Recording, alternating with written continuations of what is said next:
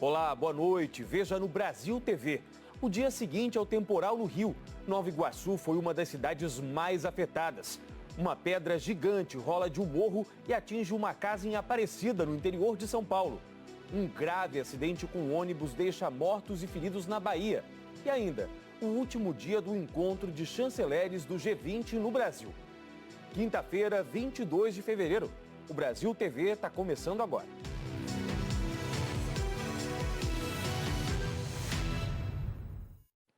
Já são 5 mortes confirmadas no Rio por causa do temporal que atingiu a região metropolitana e a Baixada Fluminense ontem à noite.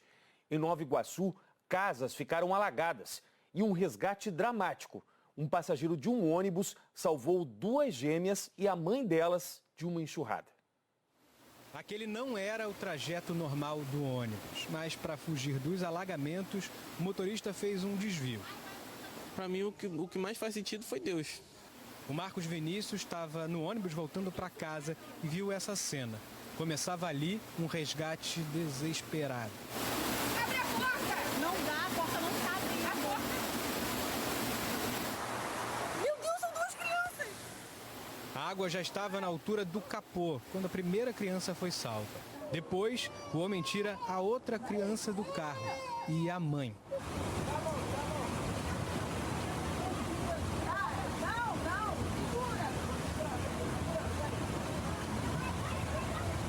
Segundos depois, o veículo é arrastado pela água.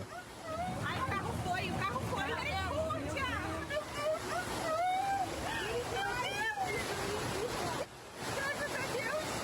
O resgate durou cerca de 5 minutos. Nem pensei 2 vezes, só foi salvar a família. Todo mundo estava falando que tinha criança dentro do carro, não pensei 2 vezes, só agi. Foi nessa rua, ainda marcada pelo temporal, onde aconteceu o resgate da mãe e das 2 filhas gêmeas de 1 aninho. Marcos Vinícius foi a pessoa certa, na hora certa, no ônibus certo. Hoje, ele e a família se reencontraram. Muito bom, muito obrigado mesmo. Eu estou dormindo, graças a Deus, em primeiro lugar, né? Vamos unir essa família agora, você faz parte da minha família, pode ser, tá? Foi uma emoção muito grande porque, nossa, Por conta dele, né? Deus usou ele e hoje eu tô aqui com minhas filhas, porque se ele não faz aquilo, a água ia levar a gente, simplesmente. Mas nem tudo foi alegria para o Marcos Vinícius. A chuva também atingiu a casa da família dele. Depois de um dia desse, eu como estou aqui da minha tia. Tudo alagado. Tudo pro alto. A chuva durou 3 horas em Nova Iguaçu, com um volume acima da média histórica para o mês de fevereiro. Essa moradora, que está com dengue, ficou desesperada. Eu com dengue, arriada na cama. A casa está enchendo, não tem o que fazer. Hoje de manhã, moradores tentavam limpar o que dava e contabilizavam as perdas. 200 pessoas estão desalojadas. 20 escolas da rede municipal ficaram fechadas. Em Japeri, também na Baixada, uma tragédia atingiu a família da Cristiane. Meu filho ficou aí, ó, embaixo disso tudo aí, ó. Ela tinha acabado de levar os filhos para a casa do avô para tentar protegê-los da chuva. Só que o imóvel desabou e o filho, Caleb Jefferson Veloso Costa, de 2 anos, morreu soterrado. Vizinhos tentaram resgatar o menino, mas só conseguiram salvar a irmã gêmea dele. Juntou um mutirão, os vizinhos, todo mundo começou puxando com a mão, pá, juntando, botando um bambu abraço, empurrando. A família todinha, todo mundo juntando, mas infelizmente nós começamos a focar naquela parte lá, mas o bichinho estava caído aqui, ó. Perto dali, outro deslizamento de terra matou Ana Carolina Sodré, de 24 anos. Pois é, e não foi só na Baixada Fluminense, não. O temporal também provocou muitos estragos no interior do estado do Rio. Uma pessoa morreu em Barra do Piraí. Eu estou aqui na rua Paulo da Silveira, bem no centro de Barra do Piraí, onde uma casa de 3 andares desabou depois que um deslizamento de terra atingiu o imóvel. Segundo informações da Defesa Civil, Uma idosa morreu e 3 pessoas da mesma família estão desaparecidas. São elas, pai, mãe e um filho do casal de aproximadamente 1 ano. A idosa, ela foi identificada como Lígia Maria de Carvalho. Outras 3 pessoas, também da mesma família, foram retiradas com vida e levadas para a Santa Casa de Barra do Piraí. Estamos buscando informações sobre o estado de saúde delas. Olha só, como vocês podem ver aí nas imagens do nosso repórter cinematográfico Valber Matias, o Corpo de Bombeiros está trabalhando neste momento, retirando escombros em busca desses desaparecidos. Inclusive, uma equipe do Rio de Janeiro foi enviada para ajudar nesse trabalho. Cães farejadores também são esperados aqui. As buscas pelos desaparecidos continuam. Ainda em Barra do Piraí, um pedaço da pista da BR-393 cedeu e uma cratera surgiu no quilômetro 258. Com isso, o trecho foi bloqueado e sem previsão de liberação. É uma estrada bastante importante naquela região. A gente está na BR-393, a rodovia Lúcio Meira, e nesse trecho onde nós estamos é o trevo que dá acesso ao distrito de Dorândia. E uma informação importante, porque os motoristas são orientados, quem passa aqui nesse ponto, são orientados a fazer o retorno, dar meia volta, porque adiante ninguém consegue passar. Isso porque cerca de 10 quilômetros desse ponto onde nós estamos, a estrada cedeu totalmente. Foi no quilômetro 258, em Barra do Piraí, na BR-393, a rodovia Lúcio Meira. Isso foi durante a madrugada, devido ao volume de chuva. De acordo com a Defesa Civil, choveu em 4 horas, o que era esperado para um mês inteiro. Ninguém ficou ferido, mas os transtornos seguem no trânsito nesta quinta-feira. Como eu disse, os motoristas não conseguem seguir adiante. A orientação é para a Volta Redonda, para acessar a Via Dutra, então procurar outros caminhos alternativos. A BR-393, que é uma importante ligação para Minas Gerais, também para os estados do Nordeste, e no dia a dia, um dia comum, o que a gente observa é realmente a movimentação maior de caminhões. A concessionária informou que ainda não há uma previsão para a liberação da pista, já que a estrada vai ter que ser reconstruída no trecho de Barra do Piraí. Pois é, em São Luís, no Maranhão, as fortes chuvas também causaram transtornos. 3 casas desmoronaram. Felizmente, ninguém ficou ferido. Sujeira e um prejuízo incalculável. Foi o que sobrou da última chuva nesse condomínio do bairro Araçagi. A força da água derrubou o muro e invadiu a área do térreo do prédio. Os moradores agiam com pressa para salvar o que dava. Na casa do Arnaldo, a sala, a cozinha e os quartos ficaram tomados pela água. Só deu tempo de se salvar. Enquanto eu não conseguia abrir a porta, o volume estava subindo e foi tudo questão de segundos, muito rápido. Eu fui para o meu quarto para tentar salvar alguns aparelhos. Quando eu volto, já está tudo tomado por água e volume entrando de água. Nesta comunidade do Parque Araçagi 2, 3 casas não resistiram depois das chuvas e desabaram. Outras 3 ainda ameaçam cair. A chuva de hoje de manhã trouxe de volta o medo para quem está na beira do precipício, literalmente. Já caiu 1, 2, 3 casas, ainda tem essa, que eu acho que não vai demorar muito. E estamos aí nessa aí, assustado, com medo, né? Por causa das fortes chuvas de ontem, uma ponte também quebrou, piorando o acesso, que já era muito difícil aqui na comunidade. Ontem à noite, uma equipe da Defesa Civil esteve aqui para fazer um primeiro levantamento e ficou de voltar hoje pela manhã, mas até às 11 horas ainda não tinha retornado para orientar os moradores. Com as próximas chuvas, a preocupação de todo mundo aqui é que esse trecho fique completamente interditado, isolando quem mora aqui. Até o momento estamos aguardando, não chegou ninguém. A área ainda está toda avulsa, não tem nada demarcado, onde caracteriza perigo, onde é área de risco. Então fica uma área vulnerável. Bem no meio da comunidade passa o Rio da Prata. A força da água também já levou plantas nativas e ameaça invadir casas em outras ruas. Eu fiquei com medo desse buraco abrir mais, porque a minha casa fica próximo. 3 terrenos chegam à minha casa. Na cabeceira desta outra ponte, no acesso à estrada de Ribamar, uma cratera se abriu e interditou um lado da pista. Ontem choveu em São Luís 115 milímetros, 37% do que era esperado para o mês todo de fevereiro. Ontem a gente mostrou aqui no Brasil TV que as chuvas já tinham causado estragos em Aparecida, no Vale do Paraíba, interior de São Paulo. Hoje, uma pedra gigante deslizou e destruiu parte de uma casa. Olá, aqui em Aparecida, 23 áreas de risco estão em alerta e sendo monitoradas então pela Defesa Civil da cidade, com riscos de deslizamento de terras, inundações, enxurradas e escorregamentos. Nas últimas 48 horas, 129 milímetros foi o acumulado de chuva. A média histórica aqui na cidade para o mês de fevereiro é de 197 milímetros. Durante a chuva de ontem, aqui no bairro Itaguaçu, uma pedra atingiu essa casa. Tinham 3 moradores, entre eles uma idosa, a filha dela e o neto, uma criança com 2 anos. A casa foi interditada pela Defesa Civil, a família removida para um abrigo temporário da Prefeitura, isso porque deve passar por mais vistorias da Defesa Civil. Hoje, geólogos do IPT e também da Coordenadoria de Defesa Civil do Estado de São Paulo estiveram por aqui.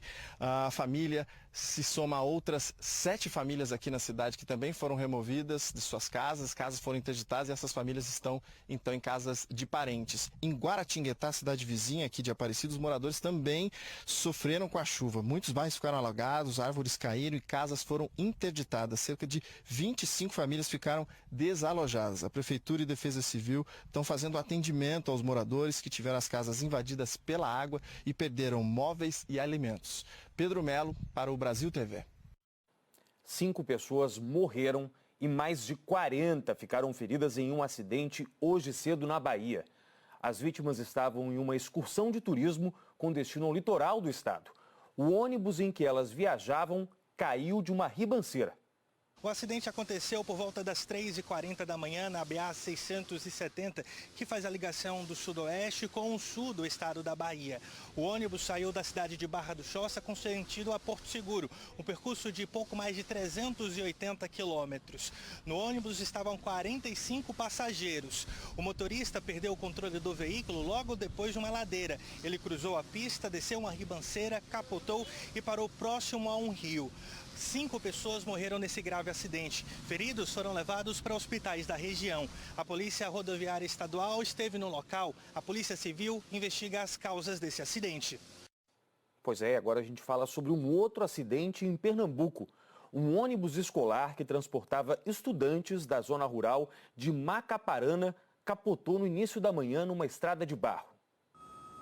O ônibus seguia pela estrada de Lagoa Grande, distrito de Macaparana. A estrada é de barro e muito conhecida no município. O acidente aconteceu por volta das 7 da manhã, quando o ônibus levava estudantes para escolas no centro da cidade. As primeiras pessoas chegaram ao local pouco tempo depois que o ônibus saiu da pista e invadiu uma plantação de bananas. Neste vídeo, um homem aparece dando apoio a uma mulher que está deitada. Neste outro vídeo dá para ouvir gritos de desespero e dá para ver muitos estudantes saindo do ônibus pelas janelas. Esta outra gravação de celular registrou o trabalho dos bombeiros durante o resgate das vítimas. Além dos bombeiros, equipes do SAMU de Macaparana, Timbaúba e Aliança também foram chamadas. Primeiro, os feridos foram levados para o Hospital Público Joaquim Francisco, no centro de Macaparana. De acordo com o hospital, 28 pessoas foram atendidas, entre elas 2 gestantes. As mulheres foram transferidas para o Hospital Barão de Lucena, aqui na capital. Ainda de acordo com o Hospital de Macaparana, 9 passageiros do ônibus escolar tiveram fraturas e foram transferidos para os hospitais da Restauração e Getúlio Vargas, também no Recife. Durante toda a manhã de hoje, muitas pessoas que passavam pela estrada paravam para ver o local do acidente. No fim da manhã, o Globocop sobrevoou a área rural e o ônibus permanecia no mesmo local onde tombou logo cedo. Em Cuiabá, a Polícia Civil cumpriu mandados de prisão contra alvos que fazem parte de uma quadrilha especializada em sequestros relâmpagos. As investigações conduzidas pela Delegacia Especializada em Roubos e Furtos de Veículos Automotores tiveram como alvo um grupo criminoso especializado em sequestros relâmpagos. As ações foram praticadas entre dezembro do ano passado e janeiro de 2024. Na manhã de hoje, 2 pessoas foram presas e um veículo apreendido. As investigações apontaram que os criminosos chegavam até as vítimas por meios diferentes. Em alguns casos, elas eram escolhidas por meio de um site de compra e venda de veículos. Em outros, eram abordados motoristas em veículos parados, mas a forma mais frequente era simulando um acidente para que as vítimas descessem do carro e fossem abordadas. As buscas pelos fugitivos da Penitenciária Federal de Mossoró entraram no 9º dia. Hoje chegam ao Rio Grande do Norte 100 homens da Força Nacional. A polícia fez a primeira prisão relacionada ao caso. Há mais de uma semana, o dia a dia dos moradores da região já não é mais o mesmo. Uma pessoa foi presa suspeita de envolvimento na fuga de 2 detentos do Presídio Federal de Mossoró. A prisão aconteceu na comunidade Quixabeirinha, bairro Aeroporto, aqui em Mossoró. O suspeito estava chegando em casa quando foi abordado pela polícia e foi preso. Ele foi conduzido aqui para a sede da Polícia Federal, onde é grande a movimentação. De acordo com as investigações, o suspeito estaria vindo da cidade de Baraúna. Ele teria ido ao estado do Ceará, onde pegou um carro e trouxe até a cidade de Baraúna, que fica na divisa do Rio Grande do Norte com o Ceará. De lá, uma outra pessoa ainda não identificada teria levado o veículo até o local onde os investigadores acreditam que estavam os 2 fugitivos. Davidson Nascimento e Rogério Mendonça fugiram na semana passada e hoje foi o 9º dia de buscas. É com você. E começou hoje a vacinação contra a dengue em Manaus. A abertura da campanha foi na unidade de saúde de um bairro indígena, na zona oeste da cidade. Manaus recebeu 65.037 doses de Qdenga. A vacinação começou hoje aqui na unidade de saúde da família Parque das Tribos, para atender a comunidade indígena que vive aqui na região. O público-alvo são as crianças de 10 a 11 anos e a meta, segundo a Secretaria Municipal de Saúde, é atender 90% desse público. Eles também anunciaram uma parceria para levar a imunização para as escolas da rede municipal, mas ainda não tem uma data para iniciar essa imunização. Aqui em Manaus, até o dia 17 de fevereiro, foram notificados 997 casos de arbovirose causadas pelo Aedes aegypti. E além da capital, outros 2 municípios no interior aqui do Amazonas também já iniciaram a imunização. Carla Mello, para o Brasil TV. Ainda falando sobre dengue, no Rio de Janeiro, as mais de 230 mil doses da vacina enviadas pelo Ministério da Saúde chegaram hoje. Elas serão distribuídas em 12 cidades e serão aplicadas, a princípio, em crianças entre 10 e 11 anos, parte do público-alvo. O caminhão com as quase 232 mil doses enviadas pelo Ministério da Saúde chegou essa manhã à Coordenação Geral de Armazenagem da Secretaria Estadual de Saúde em Niterói. Quase 142 mil doses serão enviadas para a capital. As outras 90 mil serão distribuídas em 11 municípios da região metropolitana. Considerando as 12 cidades que foram selecionadas pelo Ministério da Saúde, com orientação do Ministério da OPAS e da OMS, a gente espera, recebendo hoje, entregar em 24 horas para as 12 cidades. Bem provável que a gente consiga ainda entregar hoje uma parte para a capital, fica mais próximo, e o restante dos municípios, 11 municípios, a gente pretende entregar amanhã até às 12 horas. A divisão das vacinas foi definida em conjunto pelo Ministério da Saúde, Secretaria Estadual de Saúde e representantes dos municípios. Levou em conta o número de habitantes e de casos mais graves da doença registrados na faixa etária do público-alvo, entre 10 e 14 anos, nos últimos 5 anos.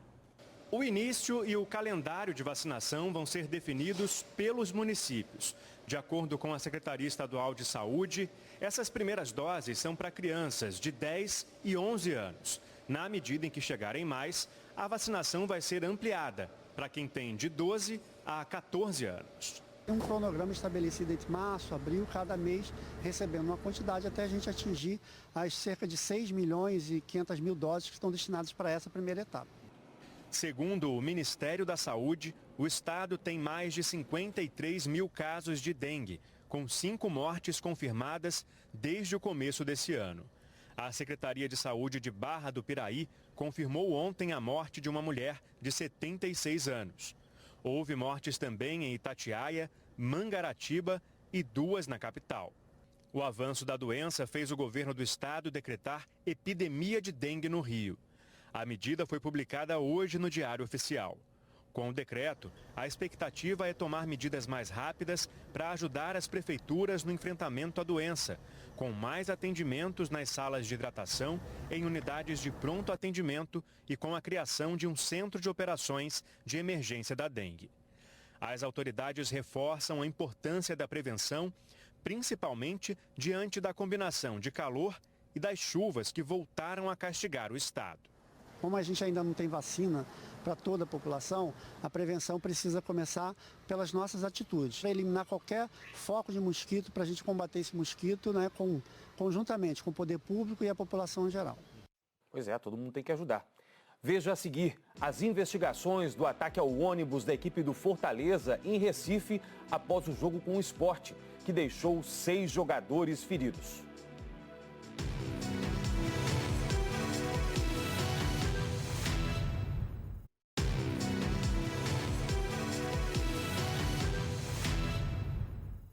Brasil TV de volta falando do ataque ao ônibus da equipe do Fortaleza por torcedores do Sport de Pernambuco, logo após o empate entre os dois times pela Copa Nordeste. 6 jogadores do Fortaleza ficaram feridos.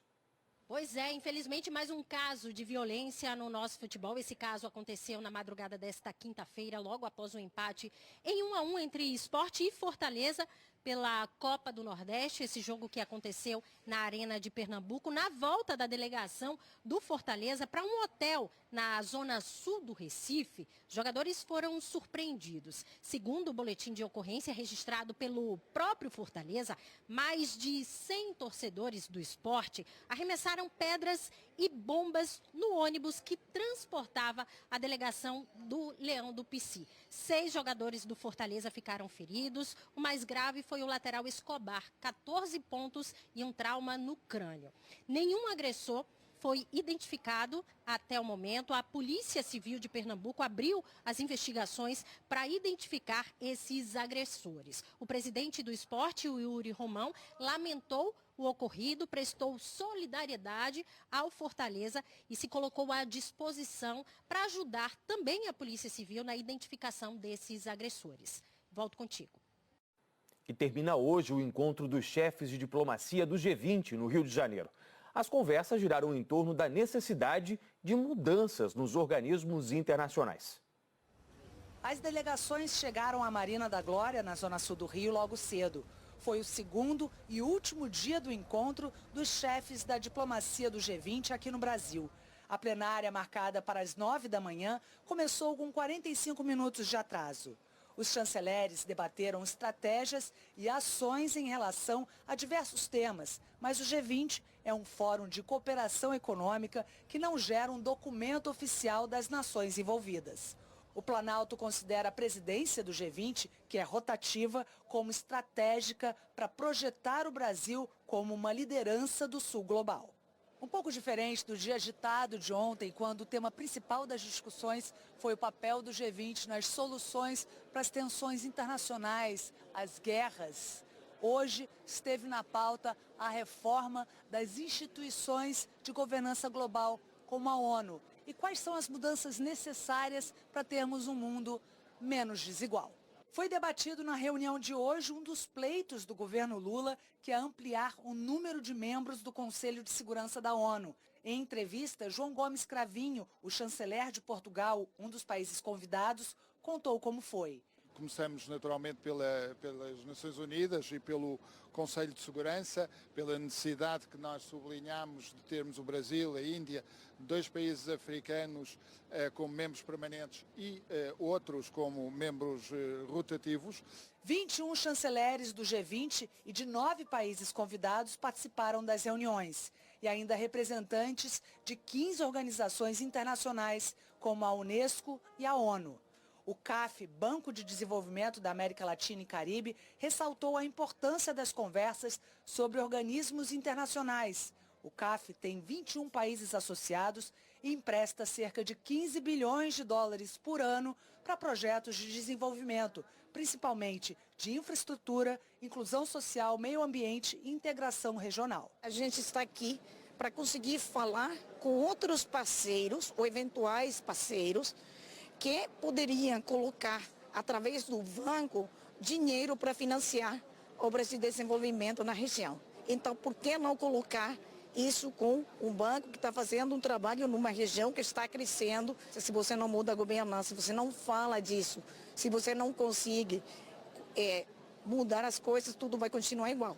O Rio viveu uma prévia do que acontecerá em novembro, quando os chefes de Estado do G20 vão desembarcar na cidade para participar da cúpula. E a cobertura completa do último dia de encontro dos chanceleres do G20 você acompanha daqui a pouco no Jornal Nacional, que começa às 8h30 da noite, hora de Brasília. O Brasil TV fica por aqui. Uma ótima noite, muito obrigado pela companhia e até a próxima.